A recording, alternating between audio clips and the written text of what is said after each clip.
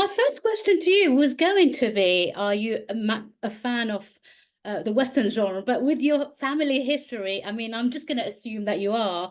Was it exciting for you to be involved in this, knowing how much you were involved, how much it means to your family and to you, to yourself? Yes, I was. I was excited. It was the screenplay was slipped to me by a wonderful producer, Jeremy Thomas, and I read it with relish, and and Viggo, of course, I'm a big fan of his. The approach in regards to a Western was different. The story is told out of chronology, and that makes it quite dynamic and suspenseful, I believe. And the lead is a woman, played by Vicky Krieps, who's marvelous in it. And you know, a Western is a great thing. It's there are archetypes. You know, you kind of know where you are. There's a very poetic and sensitive, I believe, vision to this particular Western, written by Viggo, and the music is composed by Viggo. So yes, I was thrilled and honored to be part of it. It's also shot in Durango, Mexico, where my father shot a film or two, and it was exciting for me. Such a wonderful thing to be part of for you. Let's talk about your character. You've played an array of sort of kind of duplicitous characters in the past, but this one is particularly duplicitous. Well, talk us through sort of your thinking behind creating that particular character to inhabit for you. Well, I felt that we're talking about archetypes in a way. I'm playing a capitalist mayor who's corrupt, possibly. But the one of the most interesting notes I got that was very helpful for me was Vicky had this little leather pouch, and she had coins, and she gave each actor a coin from this pouch that you have to put your hand in, and each one had a description, and mine was wisdom. So I really took that on board because you know, yes, I am everything that you describe, but there's I'm not including Viggo's character or Vicky's character in this, but in a way, I felt I was the wisest of the bunch.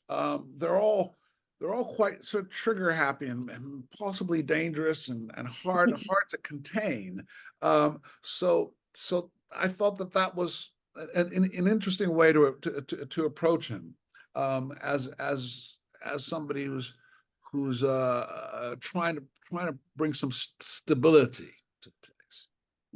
There is a lot about this film that's very political. How much did you know about that kind of era in between the war, the before and after the war? How much did you go back and have to study, or did you already know what was going on around that time in the West? Well, yeah, I mean, what's interesting about the mid 1800s is that a lot of those borders are not really defined. So, you know, what is a Western? I mean, I shot a Western in Australia called The Proposition, written by Nick Cave.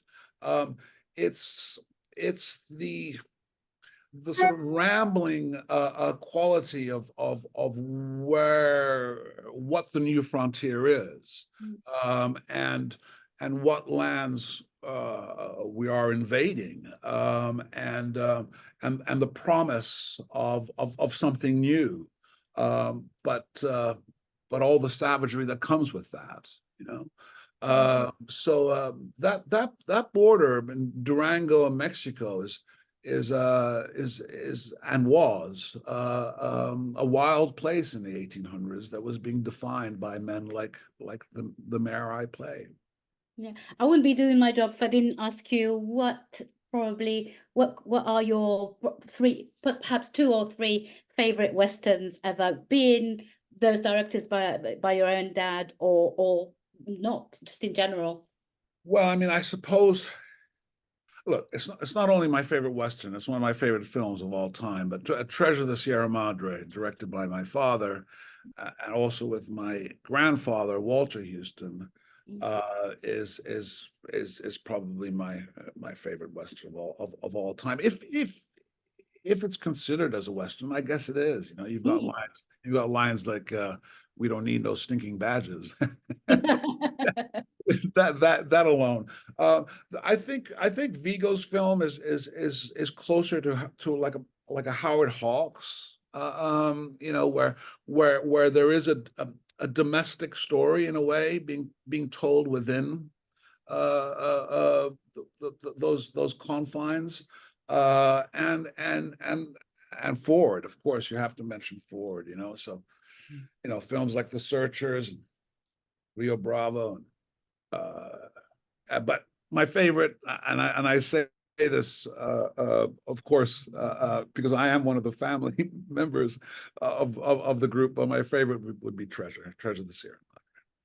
Brilliant. Thank you so much, Danny. But Rio Bravo, by the way, is in my top 10 all-time favorite movies of all time. So good choice. Thank you so much. And thanks for your time. And congratulations again on such a fantastic movie.